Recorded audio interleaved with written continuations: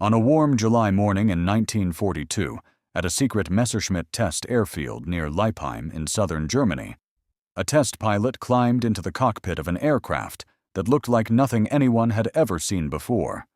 It had no propeller. The nose was smooth and pointed, like a bullet. Under each wing hung a long, cylindrical engine pod that bore no resemblance to the massive radial or inline piston engines that powered every other fighter and bomber in the world. These were Junkers Jumo 004 axial flow turbojet engines. They did not burn gasoline, they burned kerosene, and they did not spin a propeller. They compressed air, mixed it with fuel, ignited it, and blasted a continuous stream of superheated exhaust gas out of the rear at over 1,000 degrees, generating pure thrust. The test pilot taxied to the end of the runway, pushed the twin throttle levers smoothly forward, and felt the two jet engines spool up with a rising, unearthly whistle that the ground crews had never heard from any aircraft before. It was not the deep, rhythmic pounding of a piston engine. It was a continuous, high-pitched scream, like a kettle boiling at the volume of a locomotive. The aircraft began to accelerate. Within seconds, the speed was beyond anything the pilot had ever experienced. The airspeed indicator needle climbed past 200 miles per hour on the ground, run alone. The pilot pulled back on the stick, and the sleek, swept-wing fighter leapt off the runway and climbed at a rate that seemed to defy physical law. Within minutes, the aircraft was at 20,000 feet and still accelerating. The airspeed indicator swept past 400 miles per hour, then 450, then 500. The pilot leveled off and carefully noted his instruments. The aircraft was flying at 540 miles per hour in level flight. There was no vibration. There was no torque pulling the aircraft to one side. There was no engine noise in the traditional sense, just a smooth, powerful, continuous thrust pushing the machine forward through the stratosphere. 540 miles per hour.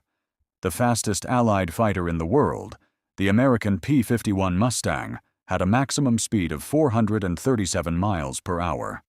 The British Spitfire Mark IX topped out at 408. This German jet was over 100 miles per hour faster than anything the Allies could put in the sky.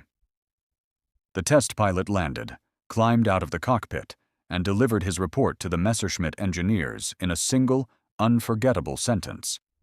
He told them that this aircraft could change the outcome of the entire air war. The aircraft was designated the Messerschmitt Me-2 6-2, and the test pilot was absolutely correct. Had the Me-2 6-2 been deployed in large numbers as an air superiority fighter in 1943 or early 1944, it would have potentially devastated the American strategic bombing campaign over Germany. The massive, slow formations of B-17 Flying Fortress and B-24 Liberator heavy bombers that were systematically destroying German industry depended entirely on their escort fighters, the P-51 Mustangs and P-47 Thunderbolts, to protect them from German interceptors. Those escort fighters were designed to fight other piston engine aircraft. They were not designed to catch, intercept, or outmaneuver an enemy fighter flying 100 miles per hour faster than they could. The mathematics of the Me-2 6-2 as an interceptor were devastating. A formation of B-17 bombers flew at approximately 170 miles per hour at 25,000 feet. Their P-51 escort fighters weaved above and around the formation at roughly 400 miles per hour. The Me-262 could approach the bomber formation at 540 miles per hour. At that speed, the closure rate between the jet and the escort fighters was so extreme that the P-51 pilots had only seconds to react. The jet could fire its 4 heavy 30mm cannons into a bomber, destroy it, and be miles away before a single escort fighter could turn and give chase. To catch a Me-2 6-2, a P-51 would need to be diving at maximum power, and even then it could only close the gap gradually. In level flight, the American escorts were completely helpless, but the Me-2 6-2 had a problem that was far more dangerous than any Allied fighter. Its problem was a single human being. Its problem was the dictator who controlled every aspect of the German war machine. The story of how the Me-262 was delayed, sabotaged, and ultimately wasted is not a story about engineering failure. The Messerschmitt engineers built a revolutionary weapon that worked. It is not a story about lack of resources. Germany allocated significant industrial capacity to the jet program. It is a story about one man's catastrophic tactical obsession overriding the judgment of every experienced military aviation officer in the German Luftwaffe. The development of the Me-262 had begun in 1938, years before the war. The Messerschmitt Company received a contract from the German Air Ministry to develop a jet-powered fighter based on experimental turbojet engine technology being researched by several German engineering firms. The early development was painfully slow. The jet engines were revolutionary but terrifyingly unreliable. The original BMW 003 engines that were initially selected for the aircraft suffered constant compressor blade failures. During one early test flight, both engines flamed out simultaneously, and the pilot was forced to dead-stick the prototype onto a grass field. The engines were replaced by the slightly more reliable Junkers Jumo 004, but even these suffered from severe metallurgical problems. The turbine blades operated at temperatures so extreme that they required heat-resistant alloys containing nickel and chromium. Germany, increasingly strangled by Allied blockades and strategic bombing, was desperately short of these critical metals.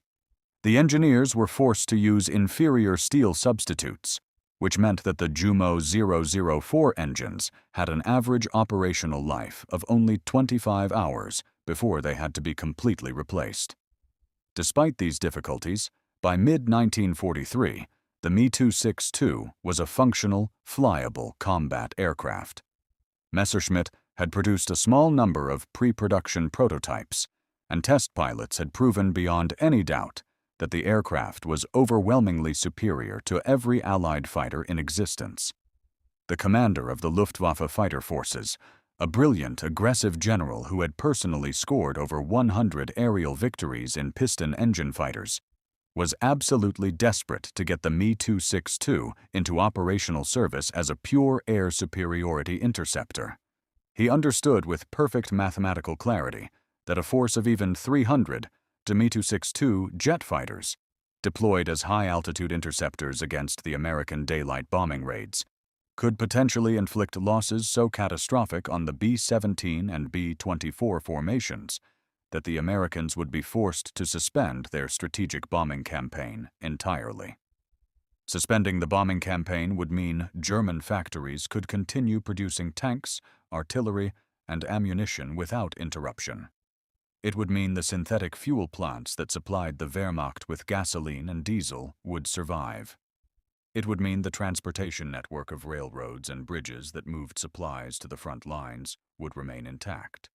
In short, deploying the Me-262 as a fighter could have potentially extended the war by months or even years. The general presented his case directly to the German Air Ministry and requested immediate authorization for mass production of the Me-262 as a dedicated interceptor fighter. His request was endorsed by virtually every senior Luftwaffe officer.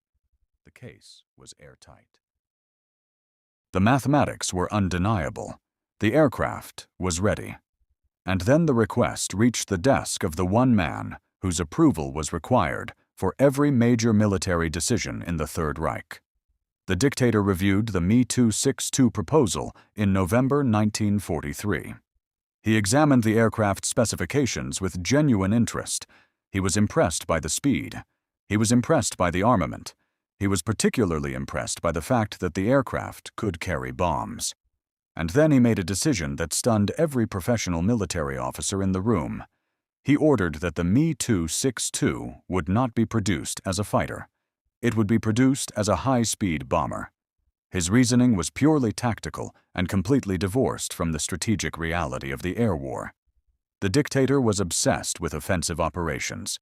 He believed that the most important use of a fast aircraft was not to defend German cities from Allied bombers, but to attack Allied ground forces during the anticipated invasion of France. He envisioned swarms of high-speed jet bombers racing across the English Channel at 500 miles per hour, dropping bombs on the Allied invasion beaches and returning to base before any Allied fighter could react. The Luftwaffe generals were horrified. The Me-262 was designed from the ground up as a fighter. Its airframe was optimized for high-speed aerial combat.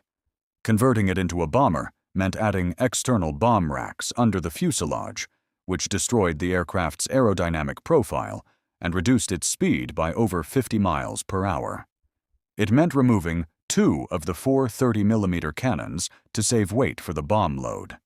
And most critically, it meant that the most revolutionary fighter aircraft in history would be wasted, dropping 500-pound bombs on targets that could be hit far more effectively by conventional dive bombers and medium bombers that already existed in large numbers.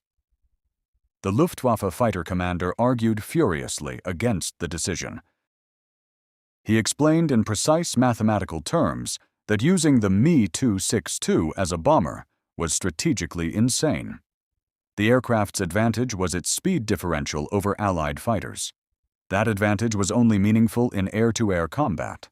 As a bomber, the Me-262 offered almost no advantage over the existing Arado R-234 jet bomber, which was already specifically designed for the bombing role.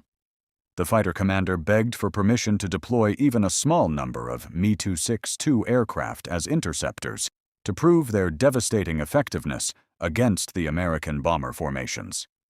His arguments were rejected. The dictator issued a direct personal order. The Me-262 would be produced exclusively as a fast bomber. Any officer who attempted to deploy it as a fighter would be subject to court-martial. The order was absolute. The months that followed were a catastrophe of wasted time and industrial chaos. The Messerschmitt factories had to completely redesign the production line to accommodate the bomb rack modifications. Engineers who should have been focused on improving the jet engines and increasing production rates were instead forced to work on bomb release mechanisms and ground attack gun sights that the aircraft was never designed to carry. The already limited production of Me-262 airframes slowed to a crawl as the factories struggled with the forced reconfiguration. Meanwhile, in the skies over Germany, the American strategic bombing campaign was methodically destroying the industrial foundation of the Third Reich. The 8th Air Force was sending formations of over 1,000 heavy bombers against German cities, factories, and synthetic fuel plants on an almost daily basis. The Luftwaffe's conventional piston engine fighters were being overwhelmed. The old Bf-109 and FW-190 interceptors were brave and deadly, but they were fighting against impossible numerical odds. For every American bomber they shot down, 3 German fighters were lost to the swarms of P-51 Mustangs that escorted the formations. German fighter pilot losses were catastrophic. Experienced aces with hundreds of combat hours were being killed and replaced by poorly trained recruits with barely 50 hours of flight time. The weapon that could have changed this equation sat on factory floors, being slowly converted into something it was never designed to be. The fastest fighter in the world was being turned into a mediocre bomber by the order of a single man who refused to listen to his own generals. The dictator's order to convert the Me-262 into a bomber was not reversed until the spring of 1944, and even then, the reversal was not the result of rational military decision-making. It was the result of the catastrophic Allied invasion of Normandy on June 6, 1944, and the total failure of the Me-262 bomber concept to deliver any meaningful results on the battlefield. A small number of Me-262 aircraft had been hastily deployed to France in the weeks following D-Day, configured as fast bombers per the dictator's explicit instructions. These jet bombers were assigned to attack the Allied beachhead and the massive buildup of troops and equipment in the Normandy countryside. The missions were an operational disaster. The Me-262 pilots would race across the channel at 500 miles per hour, approach the invasion area at low altitude to avoid radar detection, and release their two 500-pound bombs at high speed. The problem was mathematical and unsolvable. A bomber dropping ordnance at 500 miles per hour from low altitude has almost zero accuracy. The bombs would scatter across hundreds of yards of French farmland, hitting absolutely nothing of military value. The aircraft was simply moving too fast and flying too low to aim a bomb with any precision. Furthermore, the bomb racks created so much aerodynamic drag that the Me-262, the fastest aircraft in the world, was actually slower than the latest marks of the Spitfire and the P-51 Mustang when carrying its external bomb load. The entire strategic advantage of the jet was neutralized by the bombs hanging underneath it. Several Me-262 bombers were actually intercepted and damaged by Allied piston engine fighters over France, something that should have been physically impossible for an aircraft with a 100-mile-per-hour speed advantage. By August 1944, even the most loyal subordinates in the German High Command could no longer pretend that the Me-262 bomber concept was working. The Luftwaffe fighter commander, who had been arguing against the bomber conversion for nearly a year, was called back to present his case. He arrived with updated intelligence that was even more alarming than his previous reports. The American 8th Air Force was now sending over 2,000 heavy bombers against Germany in a single day. The Luftwaffe was losing an average of 300 fighters per month, and replacement pilots were arriving at their squadrons with fewer than 100 hours of total flight time. At the current loss rate, the Luftwaffe's conventional fighter force would cease to exist as a fighting force within 6 months. The dictator finally relented. In November 1944, he grudgingly authorized the production of the Me-262 in a mixed fighter-bomber configuration, with some aircraft allocated for pure interceptor duties. But the damage had already been done.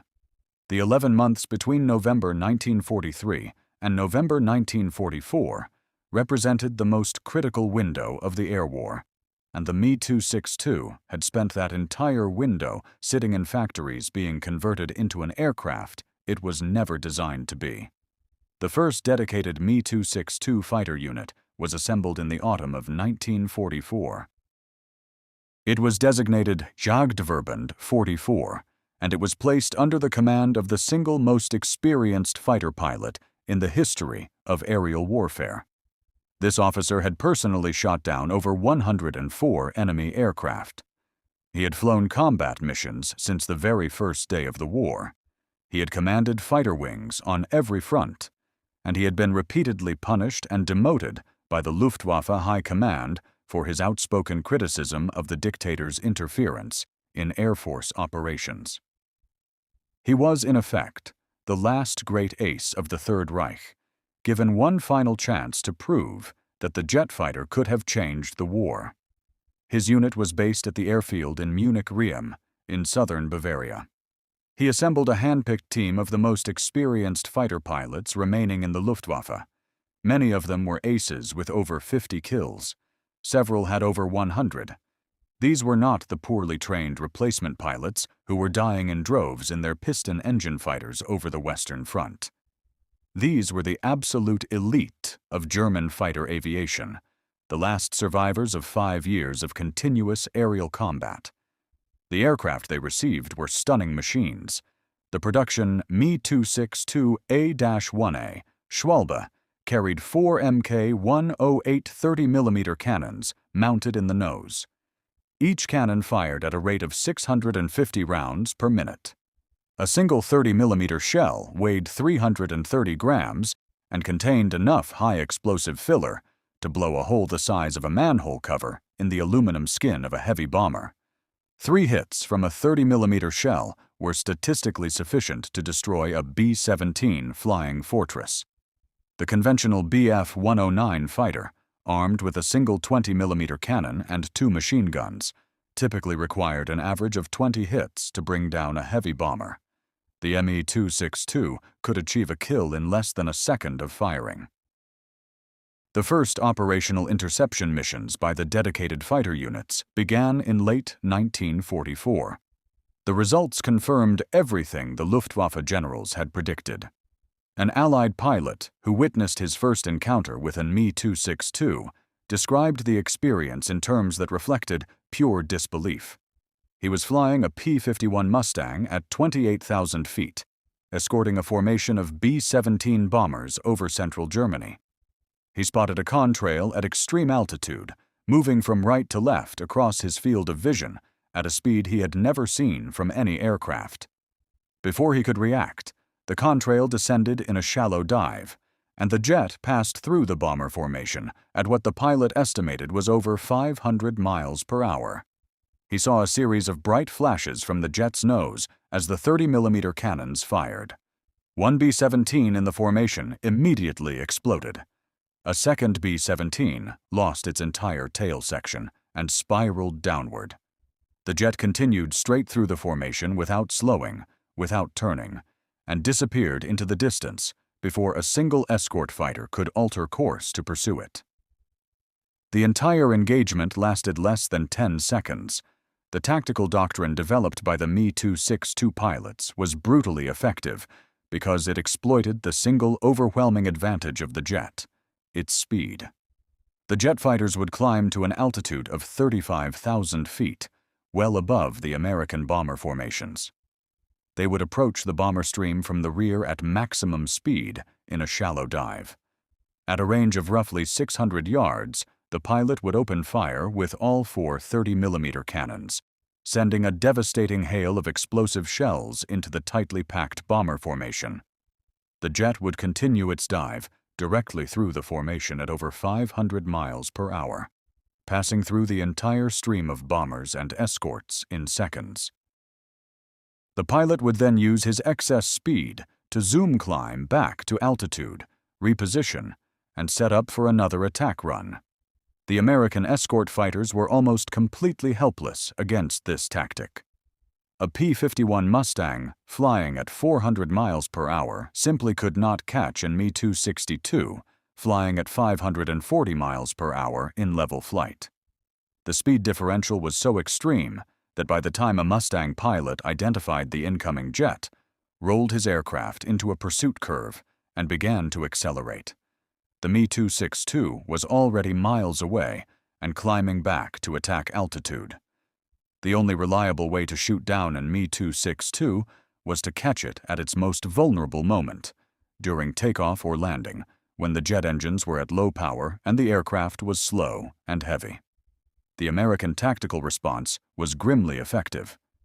The 8th Air Force began assigning dedicated squadrons of P-51 Mustangs to loiter at low altitude near the known Me-262 airfields. These Mustangs would circle at 10,000 feet, waiting for the jets to return from their interception missions. When a Me-262 entered the landing pattern, its speed reduced to barely 200 miles per hour with landing gear and flaps extended.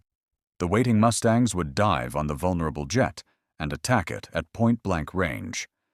It was essentially an ambush, and it was devastatingly effective. A significant percentage of Me-262 losses occurred not in aerial combat against bombers, but during takeoff and landing at their own airfields. The Germans countered by ringing their jet airfields with massive concentrations of anti-aircraft guns. The airfield at Munich-Riem was defended by over 150 flak guns of various calibers, creating a nearly impenetrable curtain of defensive fire around the runway approaches. The Mustangs were forced to stay at a distance, but they adapted by setting up high-altitude patrol positions further from the airfield, hoping to catch the jets in their initial climb-out phase before they reached their devastating combat speed. This tactical cat-and-mouse game played out over the skies of Germany for the final months of the war. The Me-262 pilots continued to inflict severe losses on the American bomber formations. Individual jet aces accumulated staggering kill counts. One pilot of Jagdverband 44 shot down 16 heavy bombers and one Mustang in the Me-262 before the war ended. Another scored 12 confirmed kills in the jet. A third claimed over 20 victories. These were extraordinary numbers, achieved by a tiny number of aircraft against an enemy that outnumbered them by over 50 to 1. But the numbers told the real, devastating story of the wasted opportunity.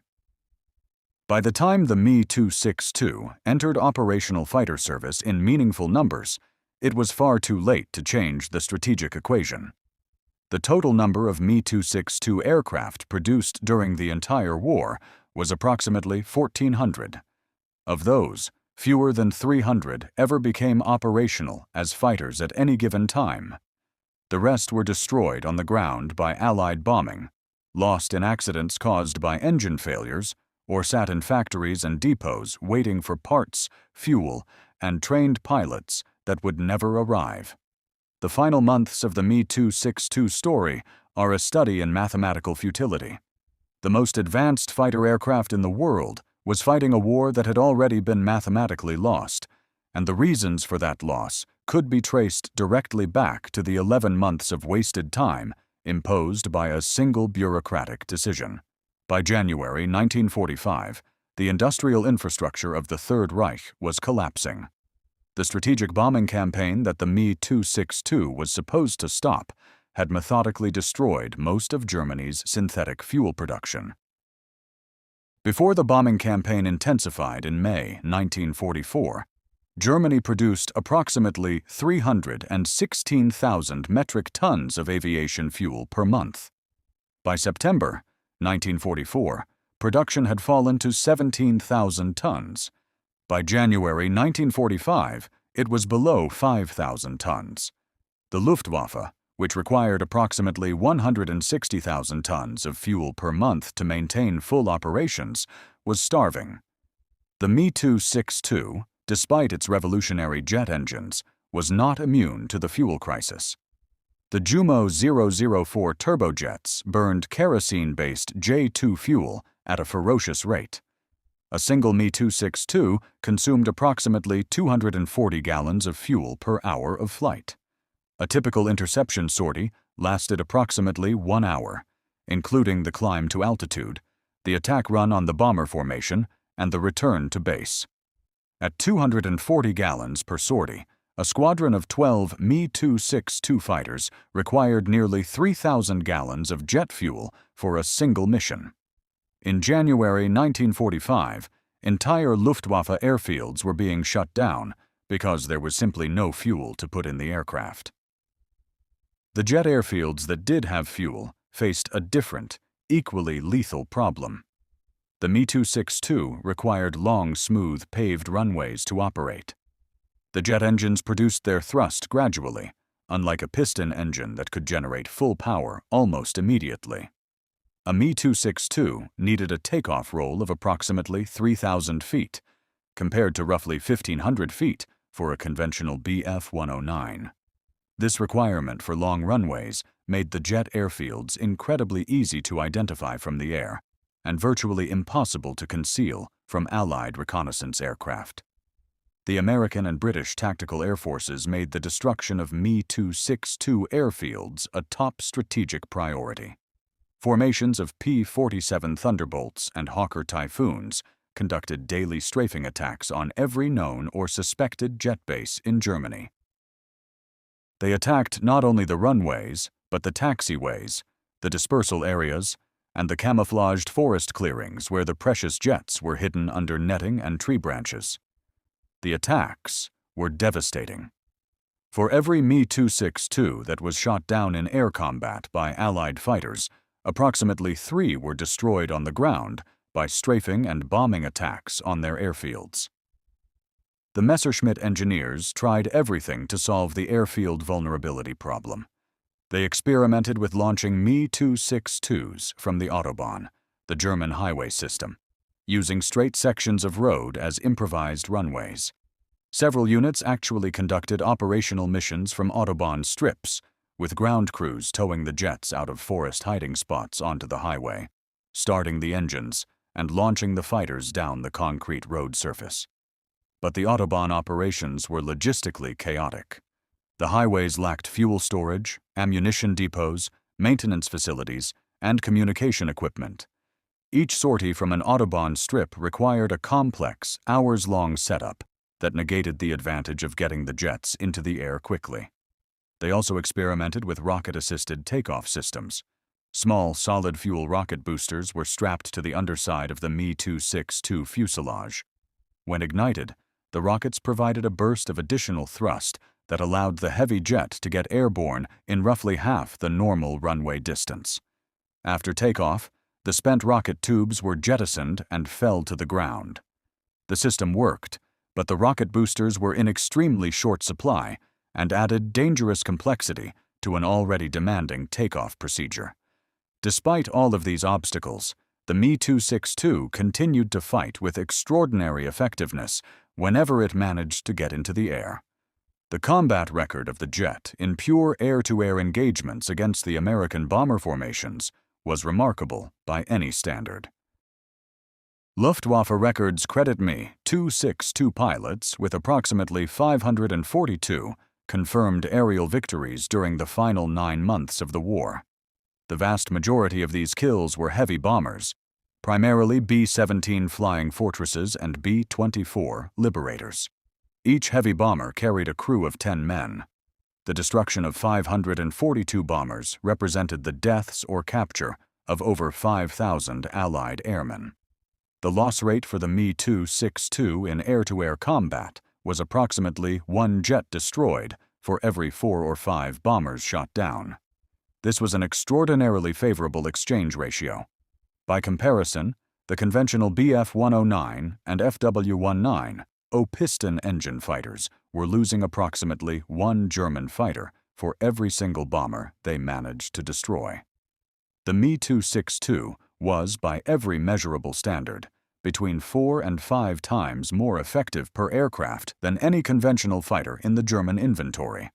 But 542 kills, spread across 9 months of operations by a force that never exceeded 300 operational aircraft at any one time, was a drop in the ocean compared to the scale of the Allied bombing offensive. The American 8th Air Force alone lost a total of over 4,700 heavy bombers during the entire war. The vast majority of those losses were caused by conventional German fighters and anti-aircraft fire. The Me-262 accounted for roughly 11% of the total heavy bomber losses in the final year. Significant, but not decisive. Not war-changing. Not the catastrophic, campaign-ending blow that the Luftwaffe fighter commander had envisioned when he begged for the jet to be deployed as a fighter in late 1943. The question that military historians have debated for decades is painfully specific. What would have happened if the Me-262 had been deployed as a pure interceptor fighter in February or March of 1944, instead of November 1944?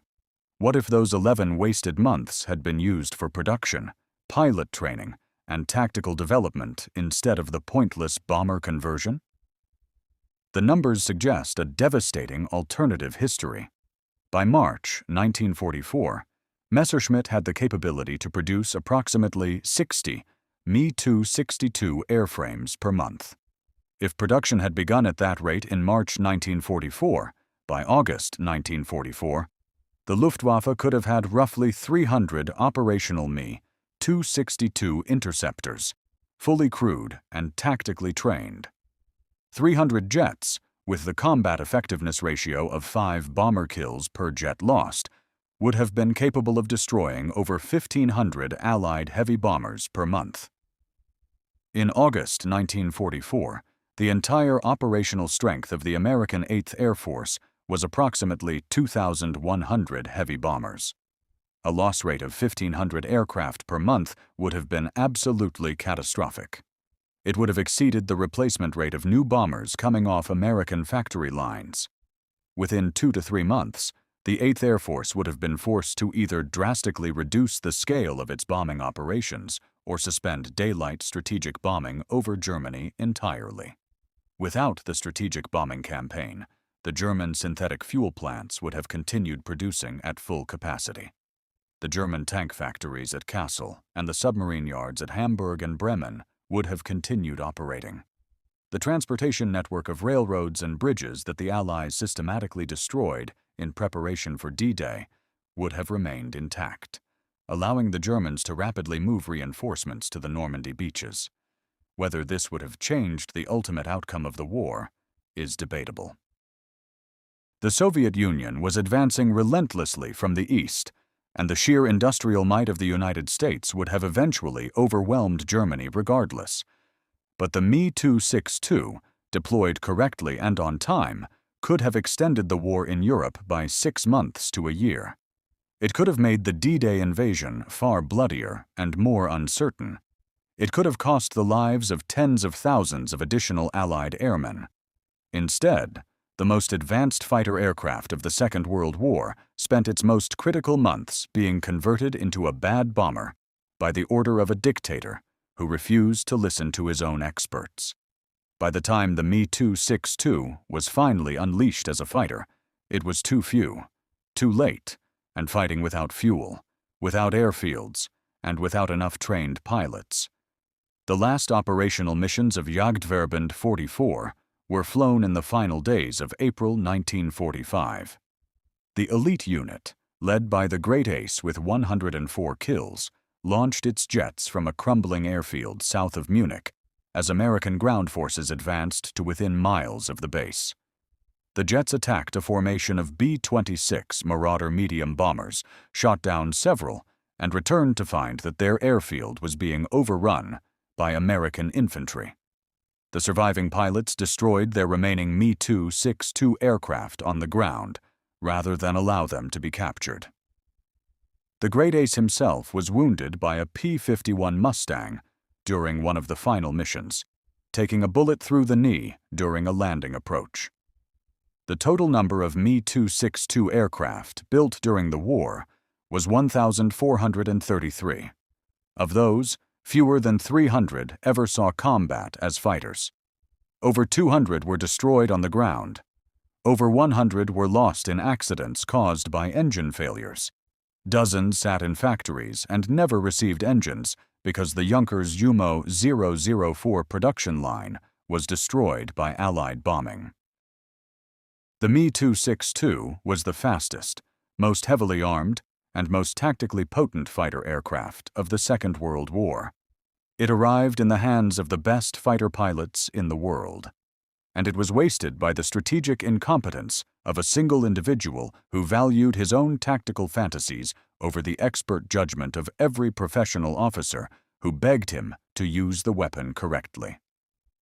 The 11 months between November 1943 and November 1944, the months lost to the bomber conversion order, were the 11 months that could have changed the air war over Europe. Instead, those months produced nothing but a collection of mediocre fast bombers that hit nothing and changed nothing. The most revolutionary aircraft of the war became history's most expensive lesson in the cost of ignoring the people who actually know how to fight.